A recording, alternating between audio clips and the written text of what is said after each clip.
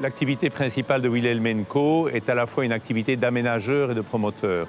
L'aménageur se charge de concevoir des projets à l'échelle de quartiers de ville et non pas de bâtiments individuels. Le promoteur se charge de les mettre en œuvre.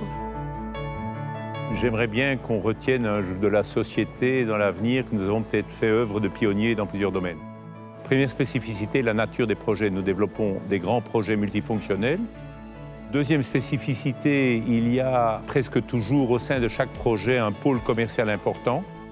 Troisième spécificité, c'est que nous sommes très attachés à l'architecture. Nous sommes prêts parfois à dépenser un peu plus d'argent pour la qualité architecturale, également pour l'urbanité des projets.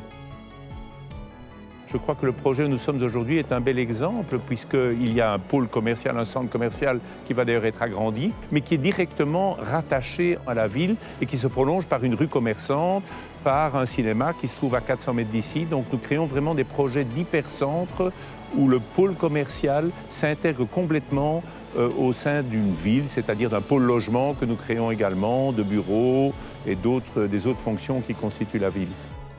Louvain-la-Neuve, en quelques années, est devenu le centre-ville le plus dynamique de Wallonie. Et ça s'est fait en 2-3 ans, donc le résultat est là, au-delà de toute espérance.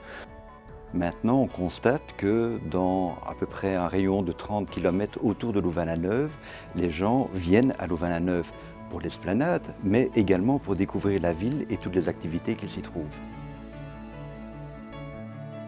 Louvain-la-Neuve était un vrai défi pour nous parce que Louvain-la-Neuve ne constitue pas en soi, à mes yeux, une vraie ville. Il se fait qu'avec l'ouverture du centre commercial, avec l'ouverture de l'avenue commerciale et de l'esplanade, Louvain-la-Neuve a acquis cette véritable fonctionnalité de ville.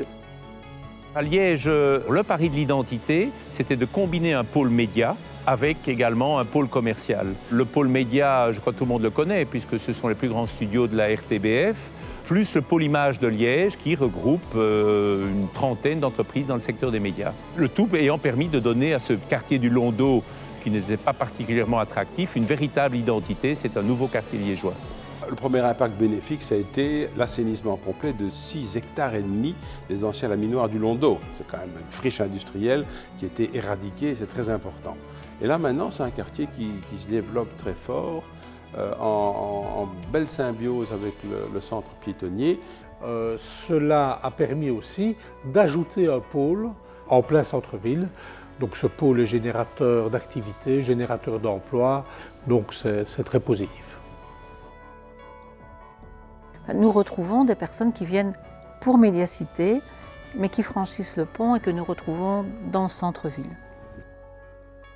Le développement durable est quelque chose qui est dans nos gènes. Nous avons vraiment initié en Belgique la certification environnementale, puisque nous avons développé le premier centre commercial certifié BREEAM.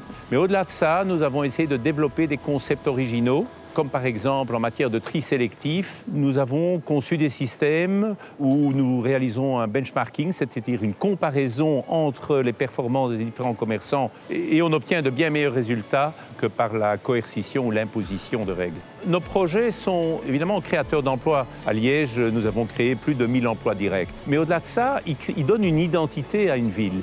Et au-delà des emplois que nous créons directement, se sont créés toute une série de nouveaux emplois.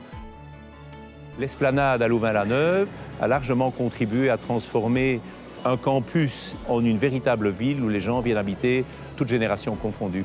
Notre stratégie s'articule sur plusieurs axes. C'est d'une part les grands projets multifonctionnels. La deuxième stratégie, c'est de se développer à l'étranger, ce que nous faisons beaucoup pour l'instant, en France, en Italie. Nous venons d'ouvrir également un bureau en Afrique. Et en Belgique, notre prochain grand projet se situera à la Louvière, c'est la Strada, qui consiste à réaménager tout le cœur de la Louvière, un projet de 16 hectares, donc encore plus grand que celui-ci.